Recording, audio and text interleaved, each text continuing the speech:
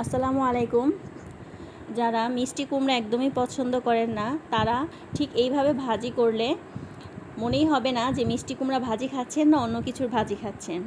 তো এইভাবে ভাজি করার জন্য প্রথমে একটি পাত্রে পেঁয়াজ কুচি, কাঁচামরিচ কুচি এবং পরিমাণ মতো তেল নিয়ে নিতে হবে। তারপর এগুলোকে ভালোভাবে নেড়ে চেড়ে ভেজে নিতে হবে। তবে তেলের পরিমাণটা একদম অল্প দিতে হবে, কারণ মিষ্টি কুমড়া তেল বেশি লাগে না, অল্প দিলেই হয়ে যায়। এরপর পরিমাণ মতো লবণ দিতে হবে। এখানে আমি সামান্য পরিমাণ হলুদের গুঁড়ো দিয়েছি, যাতে কালারটা একটু সুন্দর আসে।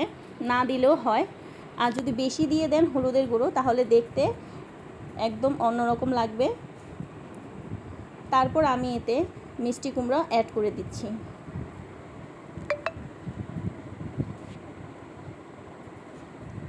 অল্প অল্প করে দিতে হবে, তারপরে নেড়ে চেড়ে নিতে হবে।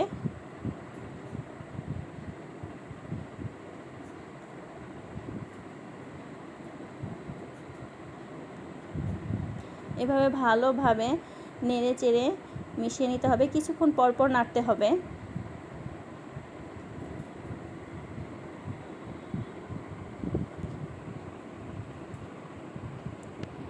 কারণ মিষ্টি কুমড়া খুব দ্রুতই হয়ে যায়। আর মিষ্টি কুমড়া ভাজিতে একটু ঝালের পরিমাণটা বাড়িয়ে দিতে হবে। এখানে কাঁচামরিচের পরিমাণটা একটু বাড়িয়ে দিলে ভালো হবে।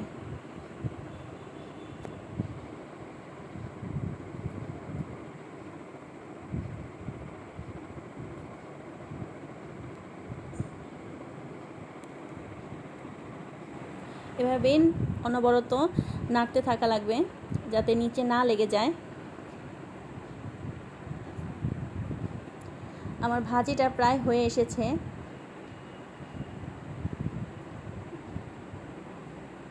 আপনারা চাইলে চামচ দিয়ে বা খুন্তি দিয়ে দেখতে পারেন গলেছে কিনা। এরপর আমি এতে সামান্য পরিমাণ ধনেপাতা অ্যাড করে দেব। যখন ভাজিটা হয়ে আসবে তার আগ মুহূর্তে ধনেপাতাটা দিতে হবে, তাহলে দেখতেও সুন্দর লাগবে, খেতেও মজা লাগবে।